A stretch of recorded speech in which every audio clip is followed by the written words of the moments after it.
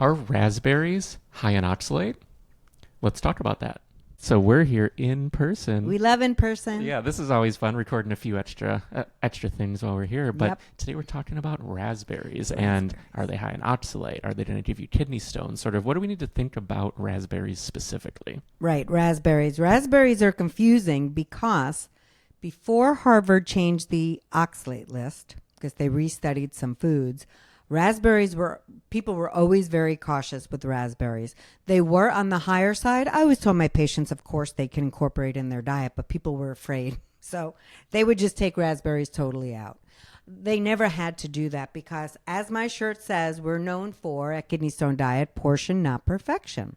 So raspberries now, Harvard restudied them, and now Harvard says they're only 2.5 milligrams of oxalate per half a cup of raspberries.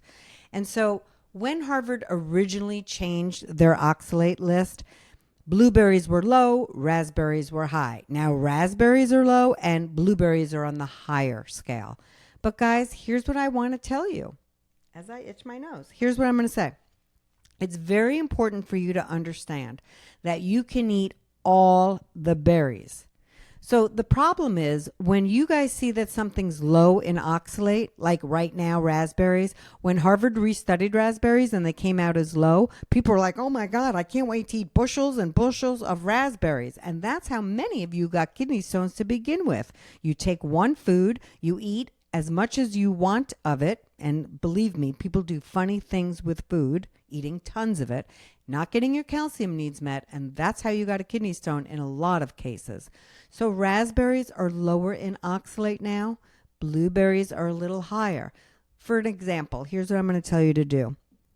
You may want more than a half a cup of berries. So raspberries. So instead of overeating one certain berry, just get all the berries. Like when I'm making my Greek yogurt, I put all the berries in there: strawberry, blackberry, blueberry, raspberry.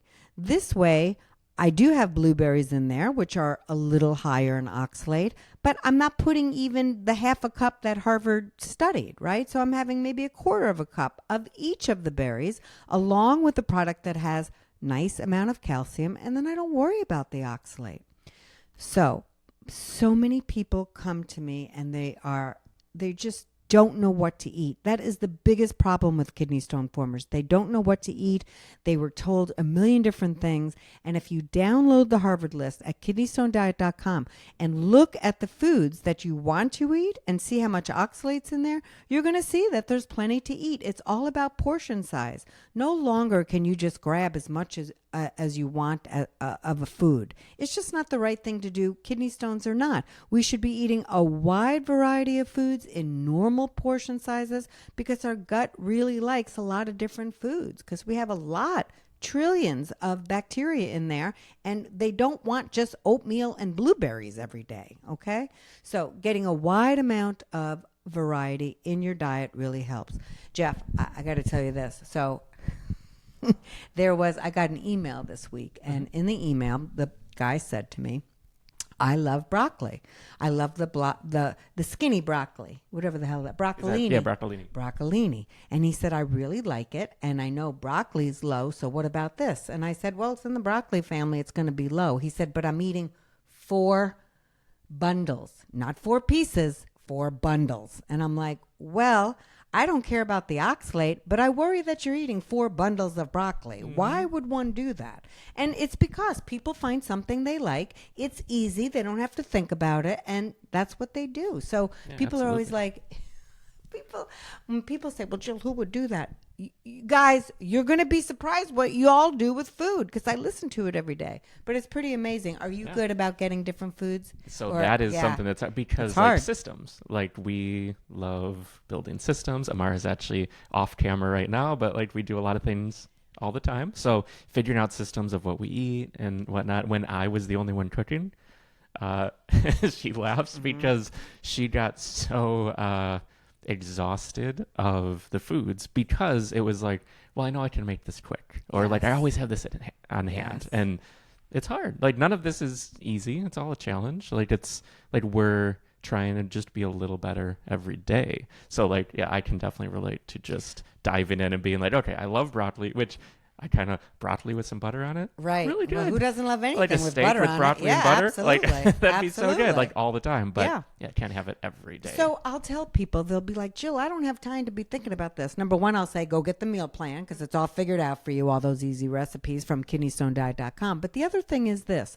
So if you go to the grocery store and you like your meat and your vegetables, say you're paleo or low carb or whatever, just change out the meat. You know what I mean? So say you did have steak on a Tuesday, you have leftovers, maybe you're going to eat that for lunch again. Just switch out vegetables. It doesn't have to be a totally different recipe. Just switch out the meat, switch out the vegetables, and you can have basically the same type of meal, but different ingredients so your gut and your whole body gets different stuff, right? Yeah. Does that make sense? Oh, for sure. And that's the beauty with the meal plans too, is there's so many different recipes, yes, but you can mix and match within them. So it is like, I mean, you've spent so much time getting those refined and exactly how they would be tasty still, because that's always a concern. Well, yeah, people are like, is this going to taste like a plant or what, Jill? No, it's all my food. I have to eat it. I'm making it. So it's all delicious. It really is. And it's simple too. But like today. So I'm feeding Jeff and Amara after we tape.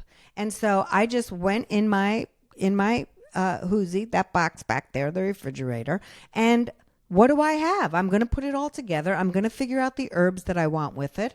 And it's going to be a delicious, wonderful salad. So I think cooking too, which I never cooked at all. Yeah. But I think part of it is so much fun because you get to be creative and you get to figure out like, have I ever seen this on a menu?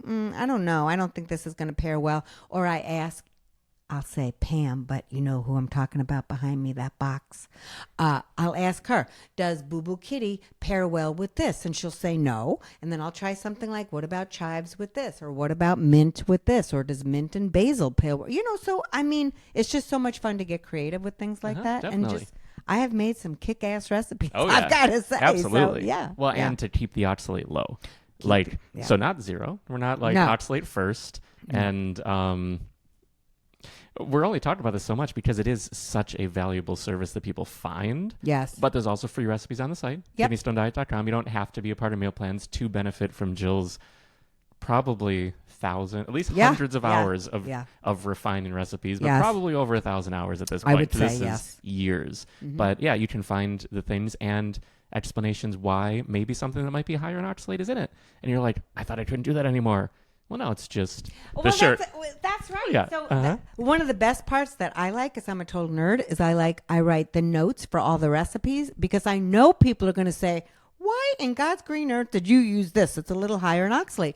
But when it's portion, not perfection, people write me all the time. They're like, oh my God, Jill, I'm finally bringing back all these foods I didn't think I can eat. So that's the best part, the education that comes with each recipe. That's my most fun thing that I do with the recipe. I mean, I love making the things, but being able to say, this is why I chose these ingredients. And yes, you can bring them back to your diet. It's amazing. Oh yeah, that's huge. So to sort of bring it full circle now with raspberries, berries. Again, we're talking about portion not perfection and sort of integrating it in and using it to the degree that makes sense for you in pursuing a prevention of kidney stones in the future. Yep. So it's as easy as that. So we appreciate you tuning in, and we will see you next week. Have a great day, everybody.